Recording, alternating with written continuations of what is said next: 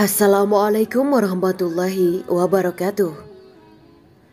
Bismillahirrahmanirrahim. Alhamdulillahirabbil alamin. Wa bihi nasta'inu ala umuri dunya waddin. Allahumma shalli wa sallim wa barik ala sayyidina wa maulana Muhammad. Asyhadu an la ilaha illallah wa asyhadu anna Muhammadur Rasulullah. Amma ba'du.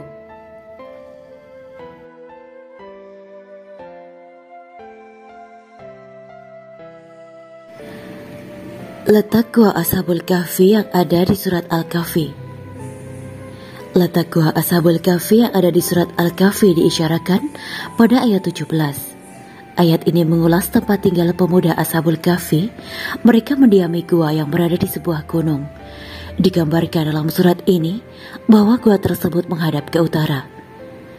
Allah Subhanahu wa Ta'ala berfirman, "Dan engkau akan melihat matahari ketika terbit, condong dari gua mereka ke sebelah kanan. Dan apabila matahari itu terbenam, menjauhi mereka ke sebelah kiri, sedang mereka berada dalam tempat yang luas di dalam gua itu." Itulah sebagian dari tanda-tanda kebesaran Allah. Barang siapa diberi petunjuk oleh Allah, maka dialah yang mendapat petunjuk. Dan barang siapa disesatkannya, maka engkau tidak akan mendapatkan seorang penolong yang dapat memberi petunjuk kepadanya. Quran Surat Al-Kahfi ayat 17. Dalam tafsir Kementerian Agama disebutkan bahwa sesudah para pemuda itu berbincang-bincang tentang kaumnya serta diri sendiri, mereka memutuskan untuk uzlah ke dalam gua di sebuah gunung yang mereka sepakati.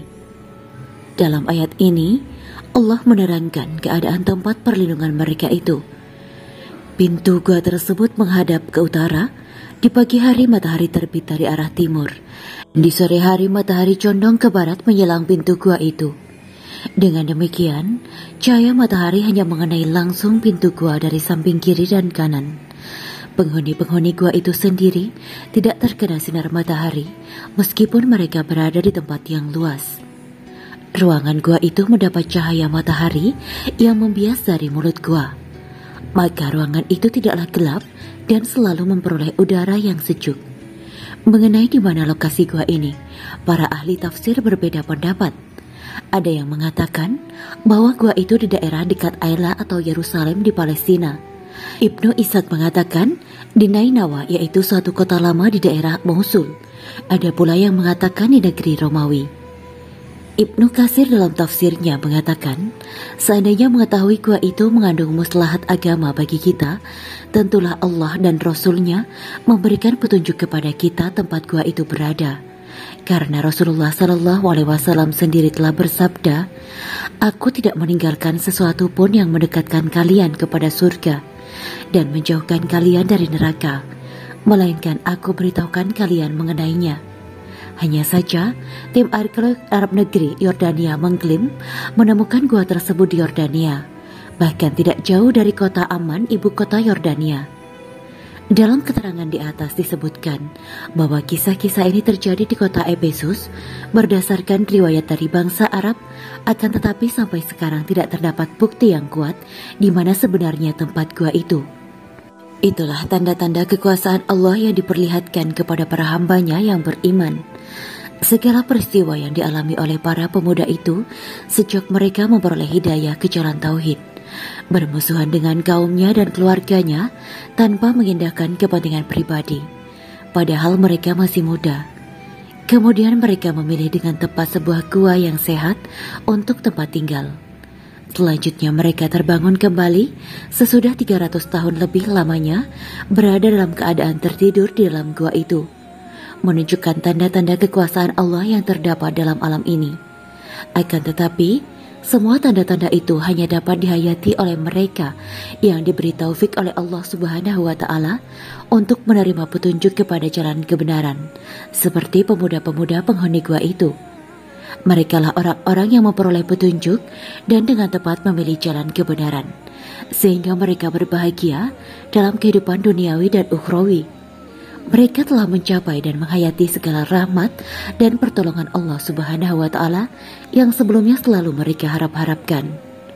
Berbeda halnya dengan mereka, ialah orang-orang yang tidak memperoleh petunjuk. Mereka ini adalah orang-orang yang sesat, karena salah memilih jalan yang harus ditempuh. Kecondongan kepada nafsu duniawi menyebabkan mereka salah dalam memilih jalan kebenaran. Mereka terjerumus ke dalam kesesatan jalan yang tidak membawa kebahagiaan.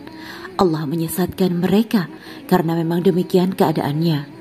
Bagi mereka sangat sukar untuk menemukan pembimbing dan mengembalikan mereka ke jalan yang lurus yang melepaskan dari kesesatan.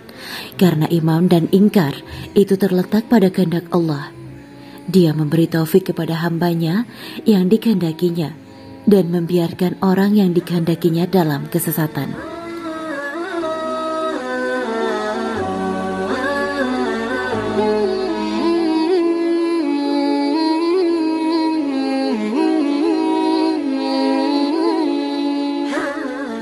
Demikianlah kisah Islami Bidadari Surga.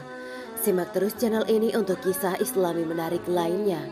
Terima kasih para sahabat Bidadari Surga yang dirahmati Allah. Semoga diberi kesehatan dan diberkahkan segalanya. Juga dibahagiakan hidupnya di dunia dan di akhirat kelak oleh Allah Subhanahu wa Ta'ala. Amin ya mujibah sa'ilin.